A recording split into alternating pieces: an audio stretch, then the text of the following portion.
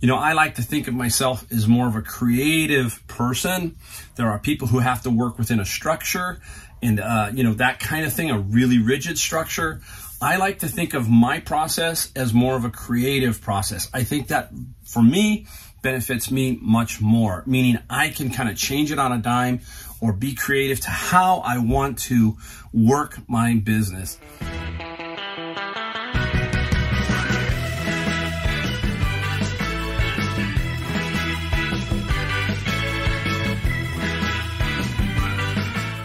It's Mike, the Golden State Picker, coming back to you from where?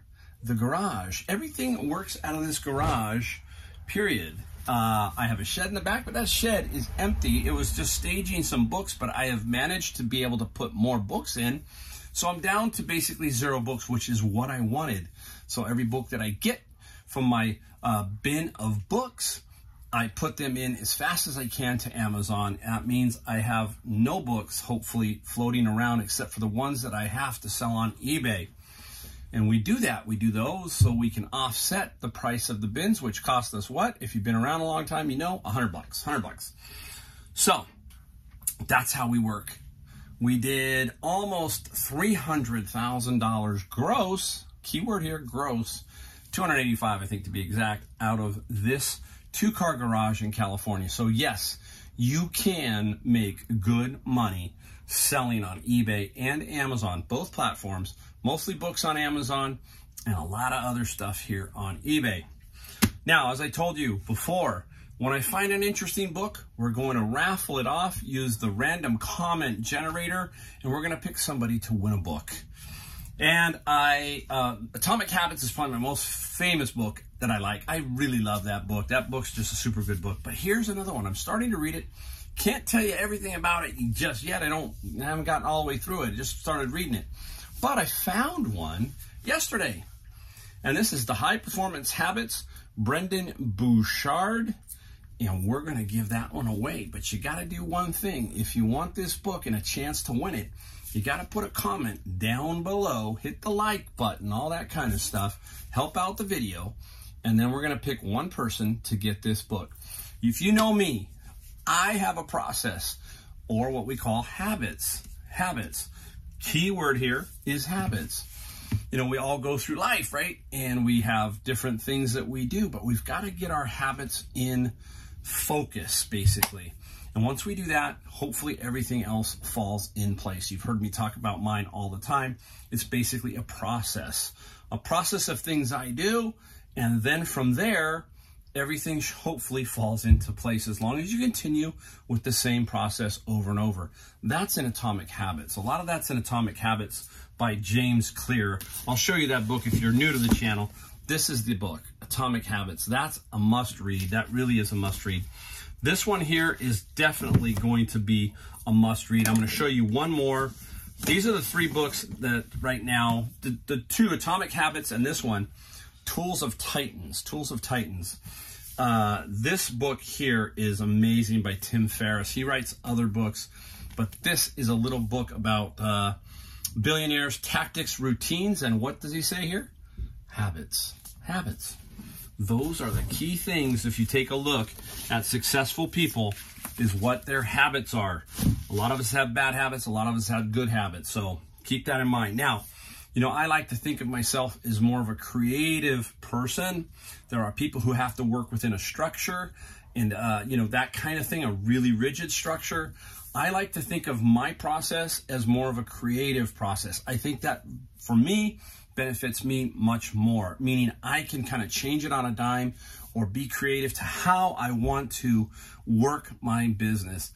I'm not one of those guys that likes to sit down, take an IQ test, take another test. You hear all of these fancy names, you know. Before you get hired, you take this test, another test, a psychological test. Half the time when you take those things, the guy or person, whoever, turns out to be nuts sometimes. I mean, and you go, well, you took all these personality tests, you took all these other things, and you went right down the tubes. So you just don't know. Everybody is different. That's me. And the channel's different too, right? Everybody knows that. So I like to take my process in the field and work with it. It's just my creativity, how I attack a store, how I get into there and try to figure out how I can find one or two key items. You've heard me talk about how I understand every store I go into. I understand the managers. I understand everybody that works there, how that store works. And then from there, I'm a little creative trying to figure out how to find the items. That's it, pretty much in a nutshell. We'll talk about it as we go along. I don't want to talk too much about it. So, hey, let's get right into some things we found, which weren't many today. We show you good, bad, and ugly. And hey, what's my motto? Everybody knows it. Don't buy just to buy. Key word there, right? So I got 4 things here, I think is all I got. And I'm going to stop and I'm going to cut it just so I can get the stuff that I sold. And I'll show you some stuff I sold. You know, that's the one good thing about being your own boss. And once you get to a point where it doesn't matter, there are going to be days like this. They're going to be. Just accept them. Move on to the next day. All of a sudden, now you're going to get 8 items or 10 items. Don't fret it. Don't fret. If you find 0, then it was 0. Well, I've had that happen to me. I didn't fret about it. But anyhow, here. This one came out of my Honey Hole thrift store. Hadn't been back to my Honey Hole thrift store. Today's Tuesday. I didn't go Monday. We talked about my friend Military Al who passed away, so that kind of threw a little wrench in the system. But I only got one thing from there, and I paid $9.99. I actually paid $8. I managed to work a deal with them, $8. And this is a self-powered solar radio free play. That's the brand, brand new. This is about $50. Can you believe, personally, I have to tell you, I am in hot over this. That's weird, right? I mean, sometimes you got to think, Mike, what are you doing? Just buy it, right? That shows you when the day's slow. You're just kind of, you're out in la-la land. It happens to me, too. And I ended up buying it. I don't know what I was thinking. Not really smart. Not really smart. All right. Now, this one's going to be for my friend Alex. He's out there. And Alex didn't want the code. So he said, Mike, whatever, take it. Because he's a little nervous about, I'll show it to you. There's a little bit of wear and tear up here in this part of the collar. But it's very cool. It's, there you go. It's Army, the shell, as we call it, is very, very good shape. And the inside is kind of a quilted. And it is vintage Eddie Bauer, vintage. And, you know, Alex and me were talking, and Alex was showing, too, that the zipper is really, really showing. And the buttons, look at the buttons, big buttons. Well, I paid up, but I got 30% off for senior day, so it was 21 minus about 6. And we were discussing, there's all kinds of price ranges on this, from $150 to $400. I have no clue. So we are going to eventually show you what we sold it for, hopefully, and that'll solve the problem. But it's kind of interesting. It's very, very unique, vintage Eddie Bauer. So I like it. Pretty nice. All right, I don't want to knock anything over. Another one, another picker there didn't want this game because she said that the tape on the box ruined it. Well, if you know what to do, you can get that off. Use a heat gun on low heat to slowly heat that up and peel that tape off. This is Axis and Ally Europe, $4.99 minus the 30%. It's about $40 to $50, not a whole lot, but they do sell. So that's the key here, is when you find something like this, which if you know games, Axis and Allies can be very, very good. There are a million little pieces in there. I don't care. I line them up the best I can and say, here's what's in here, and that's all I've got, and go from there. Most of those people who play this game, they kind of realize it. As long as the main parts are there, you're in good shape. You're in good shape. So don't forget Axis and Allies. All right, right off the bat, it's funny how I was talking to several pickers and newer pickers. There's a lot of them who ask me questions, and all I can tell them is that knowledge is king. You hear that over and over. And what I mean is that after a while, you just build up a nice knowledge base. Now, I'm 60 years old, almost 60, 59 basically. And I use all my life experiences to help me understand what is quality, what is good. so some of these pickers are young and they're 20s. So they don't know the 70s, the 80s, the 90s, that kind of stuff, because they weren't around then. So we cannot understand that. So I have that knowledge of that particular maybe 30-year segment. And so, you know, after a while, picking and so forth becomes a little bit more natural to me. And I've been picking for only 3 years, but I still know. And one of the things I know is when this was sitting on the bottom shelf of the housewares area, I almost missed it. This shows you how dingy I can be, or how dumb I can be. It was sitting down on the bottom. I knew what it was. My eye caught it. I was going down the aisle and it sat there, and I went down the electronics aisle and this was still in my head.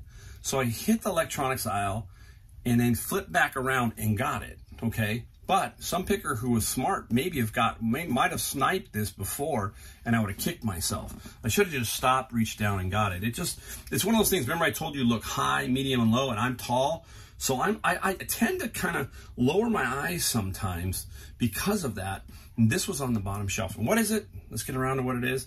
It's a Nova pressure cooker. It's a sous vide. It's a weird French name, sous vide. And it basically is a unit that goes this way into a pot of water, and then you have your food in a plastic bag. This heats the water and keeps it at a certain temperature and cooks the food slowly. You know, basically a crock pot without a lid. I don't know. That's just me. Crock pot without a lid, right? The secret of sous vide. Brand new though. It's brand new inside. Now, for some reason, sometimes Savers writes this stuff on here. This will come off. That'll come off, and it was $12.99 minus the 30%. All right, there you go. That's all I found today. And what do we got? Let's say call the sous vide at 100, Axis at 50, this at 50, and let's call the jacket at 50. So we got 1, 2, 300. Not counting what? My books. Okay, 300. So let's put another 300 on the books just for a net. That should be pretty simple to do. So we've got $600 potentially in sales. Well, we got 300 in net. Let's call it 300 net in the books. And this here, let's call this just 200 just for kicks, right? So there's 500 in net in one day. So think of it like that. Break these days down in your mind. Why I do that? I break it down in my mind so that I'm kind of keeping a tally of what's kind of going on, but I'm also saying, hey, look, $500 day. Eventually that $500 is going to come around. And what happens is once you build up that great inventory or that stock, it's going to continue to rotate. It's going to continue to build. So you know that, hey, my worst day might be 300 or 200. And my best day might be, who knows, 4,000, 2,000. It's all over the map. But then you don't start to worry about that. You just focus on what? The process. Going back to your habits, your process. Let the process develop and the money will come to you. It will. It will. You have to stick with it. You have to build it. Right now, Joshua, he's still around, but he's in a little bit of a mini slump. He's doing fine. He had some good sales and stuff. We need to bring him into the video. But he's going through that same thing. And I told him, Josh, I said, look, I came home with 4 items. For me, not a super great day. And I'm pretty decent at it. So, yeah, don't worry about it. Keep that process, keep the focus, and just keep moving ahead. Just keep moving ahead. All right, let's flip it around, and we'll show you some things we sold. All right, everybody, we're back to take a look at some things that we sold. We have 8 items. 8 items that have sold. If you've watched my videos, especially 2021, you know that if you average 365 days from last year, I sold 8 items a day. That was it, on average. Some days were 10, some were 6, that kind of thing. Some were 20, it just averages out to 8 a day. Right on 8 today, right on 8. Yesterday I had 14, so you can kind of see how it works. Now, I kind of wanted to give you guys some other little ways that I think, and I've mentioned it before, but I'll mention it again kind of. I like to think in patterns, and patterns are For example, let's say you're just starting out as an eBay reseller. You're going, gosh, I really want to learn how to do this. So what should I do? Okay, so the first thing you do is obviously you just try to get yourself started, motivated, and figure out a routine or a process, that kind of thing. But then you think of levels, like, okay, I want to go for $100 a day in general. That's that's something I want to look at. Think about it, that's not a lot, okay? But in some areas of the country, it can be. Now, $100 times 365 is $36,500 gross a year. You have to take out your cost of goods and your fees, but you still make a nice little bit of money. And $100 is not a big hustle. So then you set your floor at 100 because your inventory is starting to build. Then you go to 2, then you go to 3, then you go to 4, and you're just trying to build these pattern levels. And what I was talking about in the first part of the video is once you build up a nice inventory, a knowledge base, and so forth, pretty soon you're going to have like a floor. And maybe the floor is 300. You can do that blind, basically, what I'm saying. It just happens. You know how to make it work. You know how to do flea markets, garage sales, everything. You just know how to do everything pretty steady, and you build up to that floor. Now, for example, I think I did about $215,000 on eBay last year. Gross, again, gross. If you take $500 gross a day, that's $182,000. So you can kind of see what I'm talking about. I feel my floor is right around 500 minimum. That means that I can now kind of think about that for the year. I don't have to think about anything else, but I can say, hey, it looks like I can do $500 average pretty simply. I mean, I'm not trying to brag, but that's where I'm at. So kind of think of it like that. Build yourself up, build those floors, and then you're gonna go off and running. So that's how I kind of think about it. Plus, I've got Amazon books, right? Amazon books on top of the 500. So there's a ton of ways to make it work to where you can get to $200, $300, $400, and $500 a day gross and make a nice steady income. All right, enough of that. Still coughing. Let's get right on to what we sold. Real quick, this one here, I remember I paid $1 at a garage sale. I picked this up and it took forever to sell, and I finally put it on sale and said, get it out of here, I don't want it anymore. $23 plus free shipping. Yeah, I got lucky. It's going about 60 miles from here, so it's not going to cost me much. But I got to get rid of it. I just had to. I couldn't stand looking at it. Okay, it's called Pandemic. If you saw Pandemic, it's fitting, right? Fitting name nowadays. All right, now let's go back to some Japanese Mini Lps. You know how I love those, right? I sold 2 today, and I sold them for good money. The band is Foreigner. Yep, Foreigner. Right out of my era, the 70s, the mid-70s through the 80s. That was my era. And I saw Foreigner when they first hit. I saw them at a Day on the Green, and the great Bill Graham, the producer, great Bill Graham, he would put them on at the Oakland Coliseum. If you are from my area, you probably know about those. Back in the day, we would get 4 to 5 bands. Not no-name bands. We would get like Aerosmith, Blue Oyster Cult, AC/DC on the same bill. I can't remember how much it cost us, but it was no more than $20, $25. It was crazy. That was the heyday. We would line up outside the Coliseum the night before. And a lot of our parents, we didn't have to worry about a bunch of stuff. Our parents would let us go. We'd hang out on the sidewalk so we could get on the green. And that's what they called it, the field, Day on the Green. I saw Foreigner, and they were fantastic.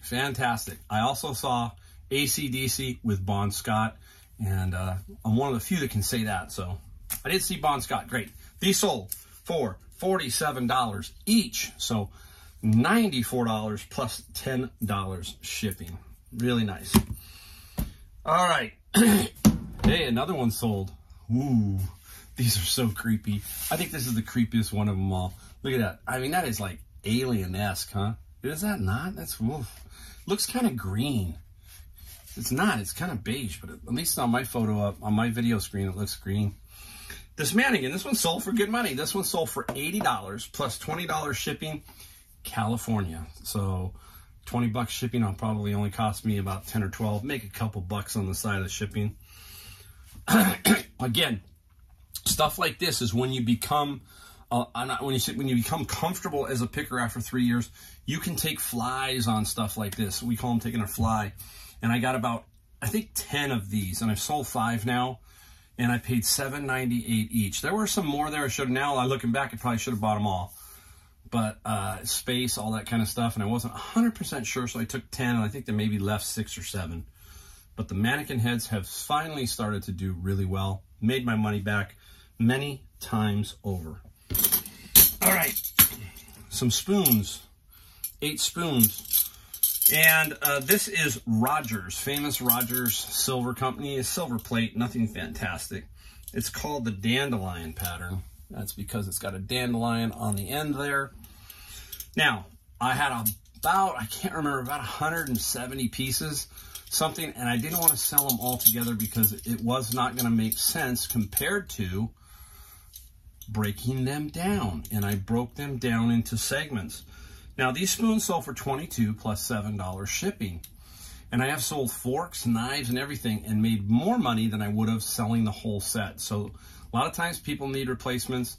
That's what I do. When in doubt, part them out.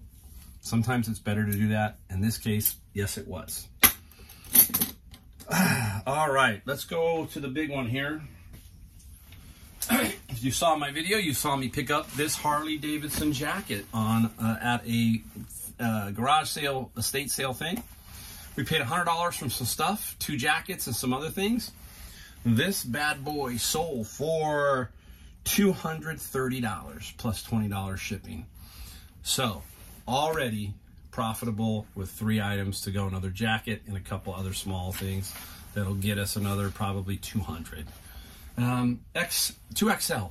2XL seems to be a really good size. I had some lowball offers on this, and I just sat and sat. I was asking $250 originally, so I took $230.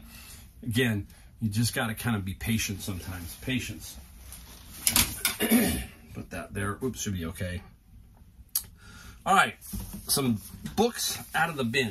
Nothing spectacular, but I always try to get some of these ancillary books that are in there to pay for the bin. And it takes me some time sometimes to sell something, but these are Bill O'Reilly, his series of killing, killing Jesus, killing Lincoln, killing the mob, killing Reagan, killing the rising sun on these 5.